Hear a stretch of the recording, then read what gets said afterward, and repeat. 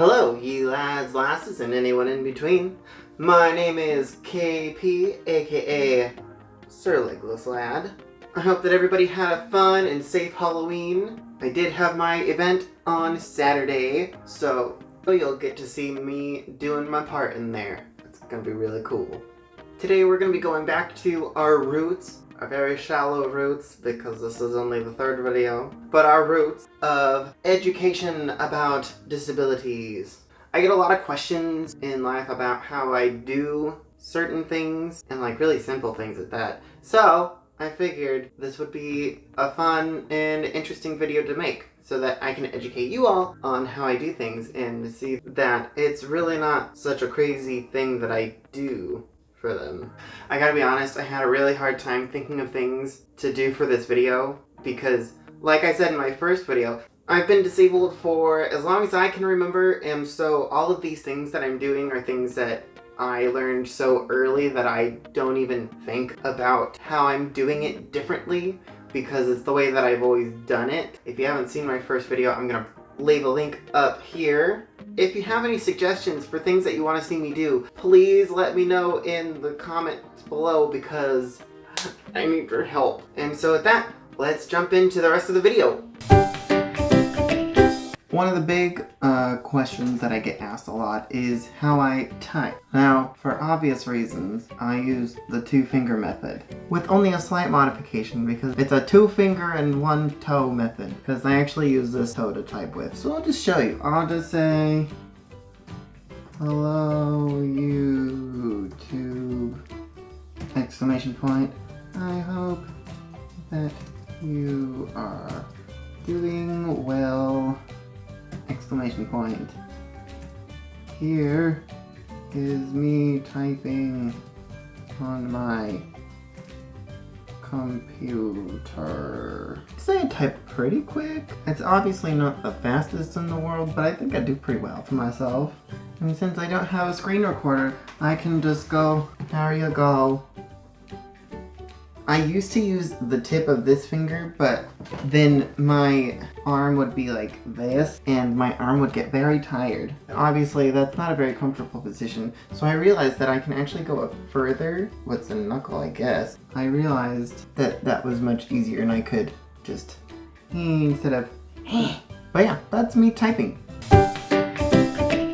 Now, the really big one always get questions about is how I write. And so we're gonna go over that right now. So as I said before, I'm left-handed. So what I do is I hold it in my left hand like this, and then when I want to write, I actually have to use both hands. So I have it like right here, and then I put the pen between my toes, and this is gonna help stabilize the pen so that I have a little bit more control over what I'm doing. So I'll just say, hello, YouTube.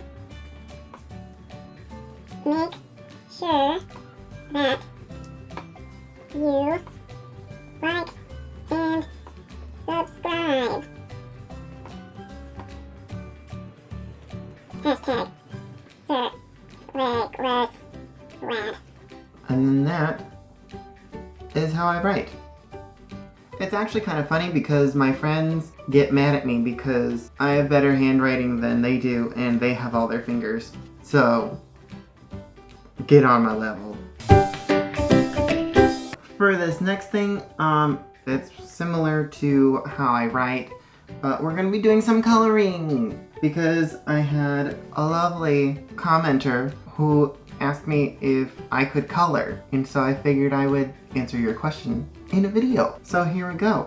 I have my trusty Avatar: The Last Airbender coloring book. I've always loved Avatar: The Last Airbender. I remember watching it when it was first coming out and I was only 12 years old, and when it came out on Netflix I was super excited, even though literally the summer before I had just gotten the DVD box set of Avatar: The Last Airbender and Legend of Korra, which now I realize I didn't really have to do, but I have it in case they ever take it off of Netflix again. Let's color Katara.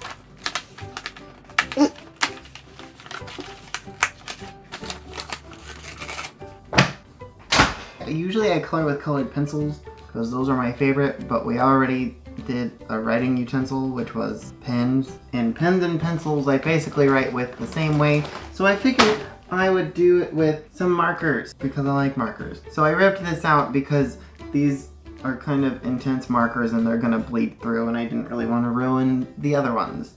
Ooh, ocean view blue. Hey, perfect for water bending. I tend to get very close to the page because my arms are short and it's just easier. I realize it's not the best posture in the world. In fact, it's really terrible posture, but this is just the easiest way, and especially if I'm really concentrating, then this is the best way to do it.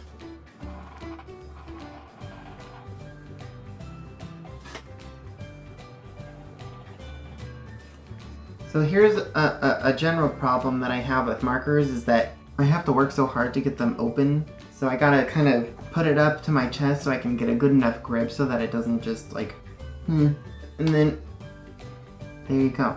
That's why markers are not really my first choice, but they get the job done, so it works. And it's dying! Thick marker. See, this is what happens a lot of time when I'm working with markers. I'm taking it out of the cap and then it gets on my hand right there. I don't know if you can see it, but I always have a mark from markers on my hand right there. Next thing that we're gonna be doing is cutting stuff. Now, scissors, I should not be waving that so close to my eye. Now, scissors took a little while to figure out. I used to have a modified scissors, but I don't know where they are, so I kind of had to learn how to use regular ones.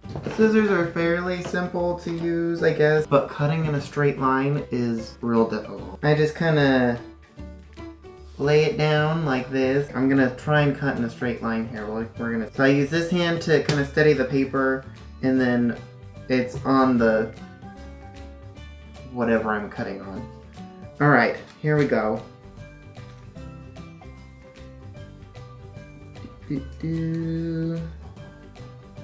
Oh God, I'm already failing.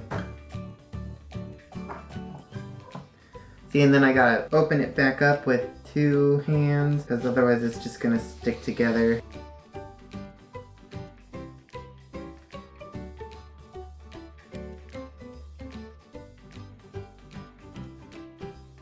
Okay, so I purposely used lined paper so that you could see. I mean, it's not horrible, but it's definitely not great because you can see that it's going up and down, especially on the side right there. Then we have these kind of scissors. These are kitchen scissors, and I like these because they have the spring on them, so they just spring back out automatically, and I don't have to work so hard to open it. So let's try cutting with that. Gonna be a similar type of deal. Oh God, these ones are harder to balance for some reason. Okay, here we go. These ones probably still aren't gonna be great.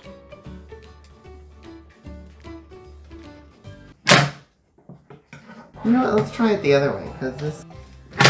no, we're switching back. We're switching back. I'm struggling for you. Oh God.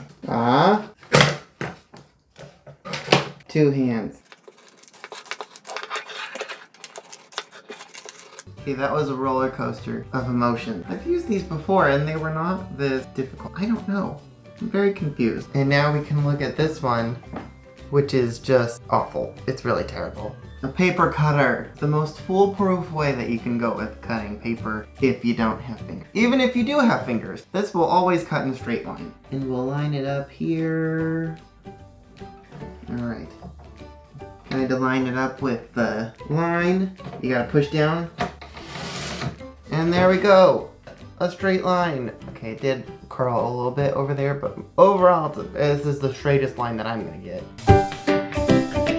We switched locations because I got bored in that room. Here we are in the kitchen / living room. Great room, whatever you call it. So cans are probably the easier of the two. Since I do have some kind of, this one bends, and there's a little bit of skin that kind of comes up right there. So I realized that I can get that under the tab, and then when I do that, you just gotta kind of roll it.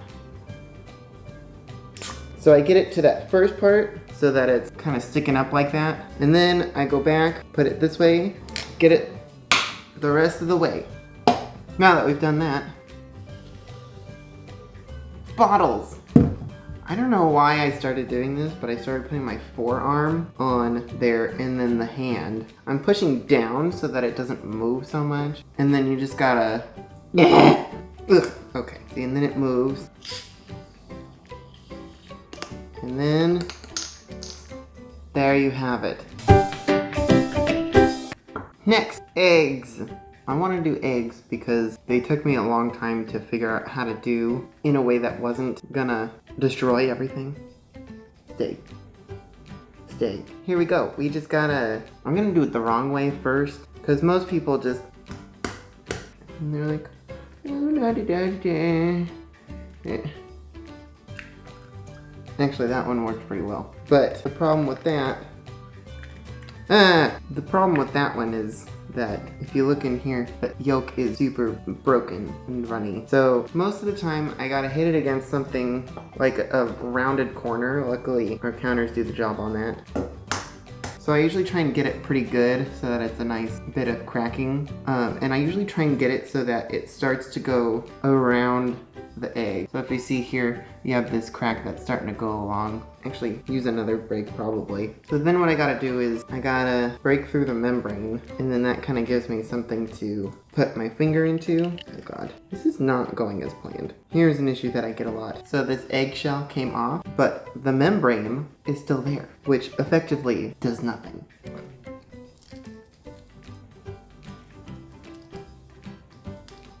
This one was a bit more messy, and I did get one big shell in there, so that's not going to be too difficult to get out, which is nice. But if you look in here, the egg yolk is still intact, which is nice. The biggest downfall of cracking eggs is it gets all over my hands because it's kind of inevitable. And even when I do it the right way, it still doesn't really work all the time. On a side note, I am going to be having a cooking video coming out soon, so this is just a warm-up into what's going to be in the cooking video. I gotta pinch it between the two hands, 2 fingers, 2 thumbs, and then I just use my teeth. And then with this one, and then I kind of use my teeth again to get it off that way. And then you can just maybe I shouldn't be using my teeth to open things so much, but there's not really much of a choice. I could go get the scissors, but you all saw how that went. So that is going to be it for today's video. Make sure that you like and subscribe down below. The more people like this video, the easier it is for YouTube to get these videos out to more people. It only takes a second. I would really appreciate it. Thank you all for tuning in. Sir Legless Lad, out.